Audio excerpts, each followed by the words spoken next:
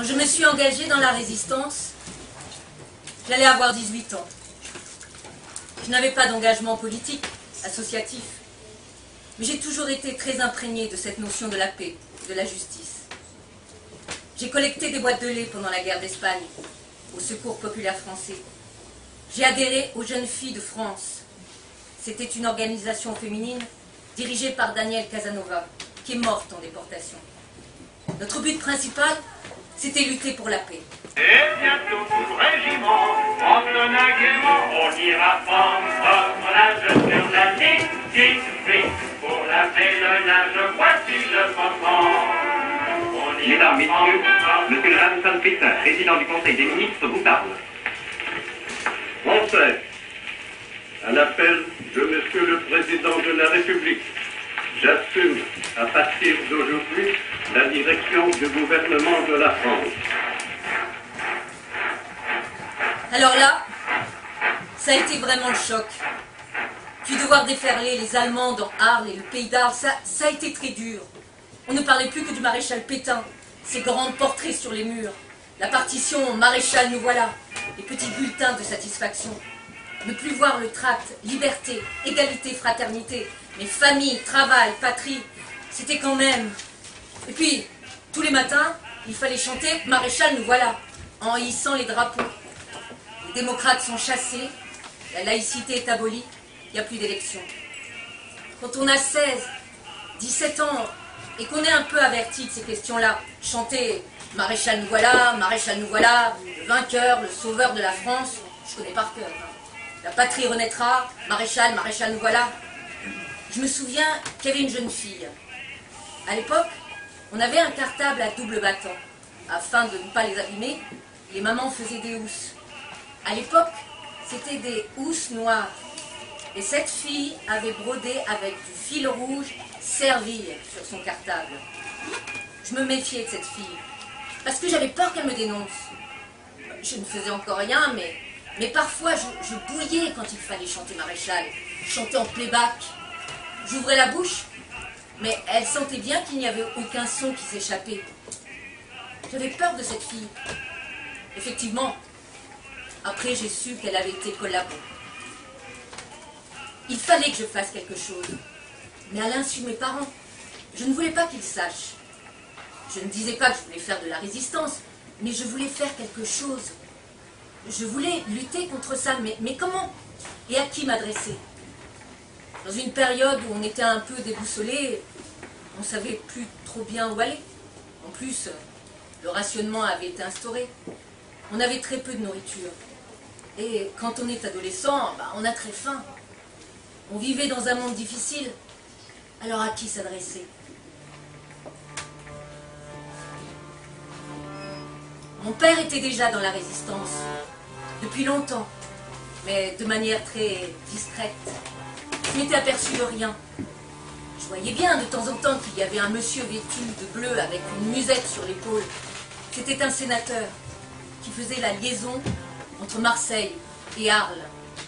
Un jour, mon père me dit: je voudrais te prévenir d'une chose. Il se peut que nous ayons une perquisition.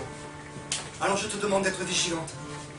Si jamais on veut les perquisitionner à la maison, tu suis ces messieurs, parce qu'ils sont capables de mettre un tract sous un matelas et de dire qu'ils l'ont trouvé chez nous.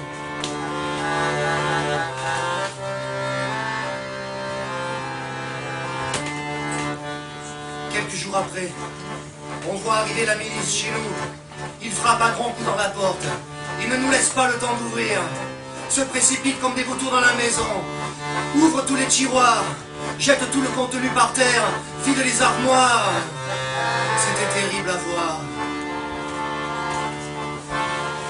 Ensuite, ils vont dans les chambres. Ils enlèvent les draps et les couvertures. Regardent sous les matelas. Ils n'ont pas percé les matelas, mais dans certaines maisons, ils perçaient les matelas pour voir s'il n'y avait rien caché à l'intérieur. Ils ne trouvent rien, évidemment. Alors ils vont dans ma chambre. Ils étaient tellement furieux de ne rien trouver, ils recommencent. Ils ouvrent les tiroirs en faisant des réflexions très grossières. Puis soudain, ils aperçoivent la bibliothèque. Alors ils se précipitent.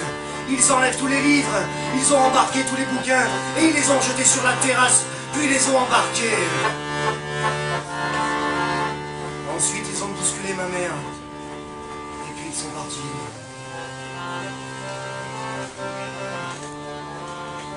Nous avons été perquisitionnés 2 fois. La deuxième, fin 42, a eu lieu à 22 h. La nuit, c'est terrible d'entendre ces grands coups derrière la porte.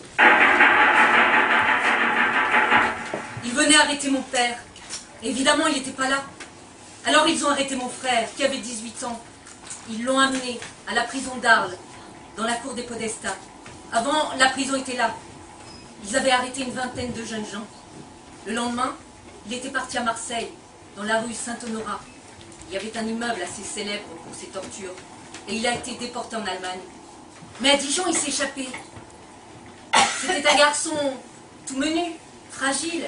Et il partait pour le maquis, mais le maquis, c'était quand même dur. Mes parents étaient inquiets. Alors il s'est caché en Camargue, dans un mas. Il gardait les moutons dans un coin reculé. Il y a des gens qui ont été exemplaires pendant la guerre, qui ont recueilli ces jeunes gens. Eux pouvaient être dénoncés, ou déportés, ou fusillés. Ces 2 perquisitions ont été déterminantes. Peu de temps après la deuxième perquisition, peut-être 15 jours après, une amie, qui était beaucoup plus âgée que moi, vient me voir avec son vélo, son petit cajot dessus. Je pense, tiens, elle est allée chercher des légumes. On allait souvent ensemble, 2-3 fois par semaine en gros, dans les masses, pour voir si on pouvait nous vendre à 1 kilo de pommes de terre ou à 1 kilo de carottes. Elle me dit, j'aimerais te parler, mais j'aimerais qu'on soit un peu loin de ta mère. Je ne voudrais pas qu'elle entende ce que j'ai à te dire. Voilà, je suis chargée d'organiser les comités féminins sur Arles et le pays d'Arles. Est-ce que tu veux venir nous aider? Alors j'ai tout de suite dit oui, c'était inespéré. J'avais enfin le moyen de faire quelque chose. J'ai dit oui, j'étais enthousiaste. Elle m'a regardée et elle m'a embrassée. J'étais étonnée. J'ai dit, je comprends pas. Elle me dit, si tu savais, j'ai essuyé beaucoup de refus. Ton oui me fait du bien. J'ai dit, c'est tout à fait normal. Et c'est comme ça que je suis entrée en résistance. Alors ce que l'on apprend dans cet ouvrage qui m'a surprise dès le départ, c'est en fait que Arles n'était pas du tout un endroit dans lequel la résistance aurait dû prendre, parce que déjà Madame la maréchale était arlésienne, et parce que la population à la base était vouée à la cause pétainiste. M. Duclos va nous en dire un peu plus sur le sujet, pour essayer d'expliquer aux gens comment finalement Arles s'est comporté.